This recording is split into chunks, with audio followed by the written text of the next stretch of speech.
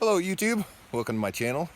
Sorry, no camera lady today. She had to go to work, so I figured I'd do this video solo. I'll try not to get sun in the picture and such. Well, I recently went over to a car dealership and purchased a used vehicle, and it was a pretty bad experience at first that actually turned into a good experience afterwards. So I figured I'd go through and kind of do a video. I've bought and sold a lot of rigs. I go through them pretty quick. I'll buy one, you know, and stuff, maybe fix some small stuff on it, try to make a buck or two on it, or if I like it, I'll keep it. But I necessarily don't buy something unless I know that it is something that I like, or something that I can, you know, necessarily make a few bucks on. But this vehicle here was just a drive back and forth to work for my old lady car. We wanted to make sure it had airbags and, you know, all the safety features of a newer vehicle. She's got a 94 Toyota pickup, 93 actually.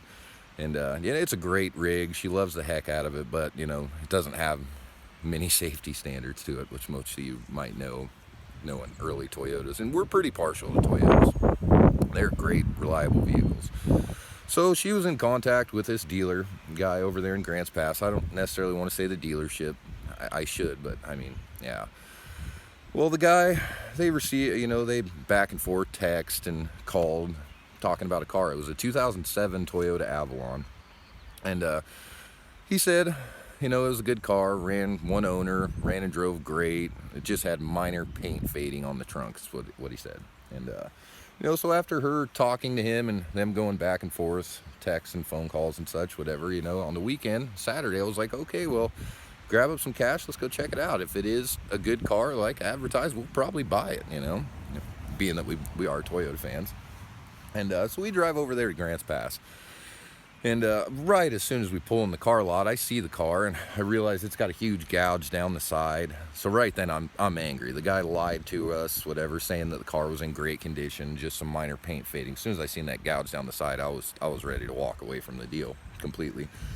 And well, my old lady, oh no, let's just test drive it. She's like, that's not too bad. If we have to get a new door, you know, we'll just get a freaking new door. And I hate buying a vehicle that we need to do something to right off the get, unless it is just a phenomenal freaking deal. So and needless to say, whatever, she goes in, talks to the guy, whatever, and she wants to take it for a test drive. And you see, I'm pretty angry at this point, whatever, that we've been lied to and coaxed to drive 2 hours over to look at this vehicle. And so we take it on a test drive just to realize, you know, there's some switches that don't work in it. The one passenger window doesn't roll down, and it's got a little sun visor thing that doesn't work. And the guy, he's just sitting there saying about, oh, it's got a great stereo. These have these JBL, and you know, so I turn the stereo on, turn it up. It's got blown speakers in the back. The suspension feels pretty shot out, and you know, so I tell her, I'm like, I'm not interested in this vehicle. And we get back to the dealership. And the guy, he's like, well, what did you think? That was a wrong thing to ask me. I was like, well, I think us driving over here for 2 hours, whatever, it was pretty stupid to see that you lied to us about the condition of this car. It's you know, it's totally not what we're looking for. And he comes back at me like, okay, well, if this is some way to try to knock down the price, this is where I am on the price, you know. And right then I'm like, have a nice day. It was really hard for me not to call him some names, you know. So we take off. You know, I'm angry. Can't believe we just drove 2.5 hours over to look at this freaking junker. So we ended up going over to another little car dealership, whatever. That one was D&D Auto. Those guys, I mean, were super nice. The guy came out, whatever, and he's like, oh, are you interested in this Camry? You know, he's like, do you like this car? I was like, yeah, it looks pretty neat, whatever. He's like, okay, well, I don't really know too much about it. We got it as a trade-in. He's like, I had my guy drive it around town and just make sure it was a good car. He's like, I noticed that it has a little shake. He's like, that tire there, you know, and he was a completely honest guy. So right then I'm like, okay, well, I'd much rather do business with a person like this than, you know, the guy we recently met. And we actually ended up buying the car. I mean, it was a great freaking deal. It has 120,000 miles on it. It's a 5-speed manual, and you know, a great fuel mileage. And heck, we got a great deal on it. The guy worked with us completely, you know. He's like, okay, well, you know, if you pay my asking price, which is more than fair, you know, seeing that they blue book for more, he's like, I'll cover the DMV fees and all that, you know. So it's like, all right, dude, let's do it, you know. And we ended up pulling the trigger on the car, which we're both pretty stoked about. But so, well, this experience kind of made me want to do a video, just kind of help other people out when they're buying a used car. And first thing I want to say is just kind of you know, if you're not that good at like reading someone or like judging someone's character upon meeting them, you know, you should probably take someone with you who is, because a lot of the part of buying a vehicle is kind of determining the person you're buying a vehicle from. I mean, if you get a bad vibe off the person right off the get, they're probably lying about a lot of the things about the car. You know, either that or they're just, you know, they're trying to screw you over, which you definitely don't want to drive long way out of your distance, whatever, to go look at something. And then, you know, because once they have you there, once they get you right there to the car, it's a lot easier to get you to drive it away. So you need to do a lot of kind of have them send you pictures of any damage of the car and stuff like that, which we should have done. So I mean, I'm kind of being a hypocrite here, but I should have told her necessarily whatever to get all the pictures of the damage and everything like that, whatever, and then maybe we would have known it had a huge gouge down the side and recent body work. So that was kind of our own screw up. But you know, so that's why I want to do this, to kind of maybe help someone not make that screw up. Another thing is you want to go over the vehicle itself. You know, I'm pretty sure that's a known given. You know, you want to make sure none of the fluids are mixed with each other. You check every one of them. Don't be afraid to offend the person, you know, and stuff. You got to think this is your hard-earned money. You don't want to spend it on a freaking lemon. So, and most people understand. They know they bought a car, so they understand that you don't want to make a bad purchase. And if they do, they, you know, you probably shouldn't buy from them.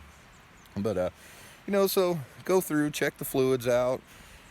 Start the car up, make sure it doesn't have any funny noises or anything like that, and you know, walk around, check the tires out, maybe crawl underneath it, definitely crawl underneath it, and just look and see if they've ramped it on some curbs, or you know, trims ripped off, or you know, something like that. Because a lot of cars, heck, they let their teenagers drive it and they go out and rod the piss out of them. They'll have dirt packed in all kinds of spots it shouldn't be. And oh guys, sorry about that, I had to go charge my phone up.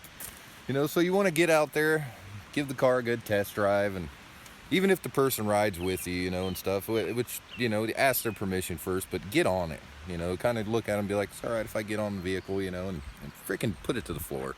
You want to see how the car sounds at high RPMs. I've actually made the mistake of buying a vehicle before or whatever and kind of just babying it around, and afterwards get down the road a little way just to get on it, whatever, to hear it's making all kinds of freaking sounds at high RPMs. Sure, it ended up being a knock sensor out, and it retarded the timing. It wasn't too big of an issue, but it's still, I wish I would have known about it before I bought the vehicle. So, you know, there is that, and get it up to freeway speed, see how it rides and feels and everything like that. Kind of take the wheel, rock it back and forth, make sure it doesn't have any pops and everything feels nice and tight. He loves being in the video. You know, so just go through the car really good before you make the purchase. And not only that, you little bastard. You know, not only that, but I mean, with all the YouTube videos and all the content out there right now, it's really easy to just do a little bit of research before you go look at a car. I mean, there's pretty much a YouTube video for every vehicle there is out there. And, you know, say you want to see how it performs when being tortured the heck out of. There's guys out there like Whistling Diesel and Zip Ties and Bias Plies, and you know, there's a lot of people out there making really good content. So it's pretty easy to do a little bit of homework before going to make a purchase, you know, because you have to think, say maybe down the road you end up finding a car you like a little more, or a vehicle you like a little bit more. Are you going to be able to make close to what you paid for the vehicle back? Are you going to be able to sell it for what you got it for, or close to? You know, so you don't want to pay more than someone else will for a vehicle. You know, most of you buy vehicles, whatever, to keep for the long term. Unlike me, a lot of them I do, but at the same time, I kind of expect that, oh, I might see something shiny down the road, and I want to get at least close to my money back. You know, which with, say, vehicles like that, you know, a Ford diesel, say you bought one of those 10, 15 years ago, you know, you could have bought one for $4,000 or $5,000. And nowadays, heck, you can sell it for 10, you know, even with 250,000 miles on it and stuff. So there is those special cases where all of a sudden things became wrapped in gold. But, you know, you can't necessarily expect that. So you have to buy something that you know you're going to want. And not only that, a lot of it is, once you get to the place, you know, and stuff, you want to make sure you be ready to walk away from a deal if it isn't what you want. Do not be scared to hurt someone's feelings. Remember, that is your money. You worked hard for it, and you definitely don't want to give it to someone. You know, you want to make sure you feel good about handing your money over.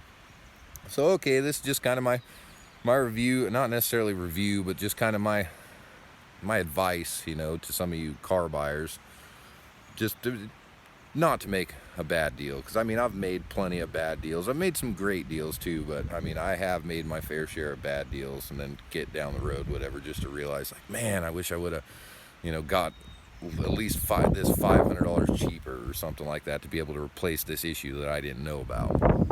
You know, so it has given me a little bit of experience, and hopefully I can share my experience with some of you. So okay, my name's Rob. I do videos. A lot of them are me out torturing the heck out of vehicles, either that or just kind of reviews on stuff. And if this is your first time to my channel, whatever, go ahead and check out some of the other videos I've done. If you like what I'm doing here, go ahead and hit that subscribe button. Show YouTube I'm a nice guy. And thank you for watching.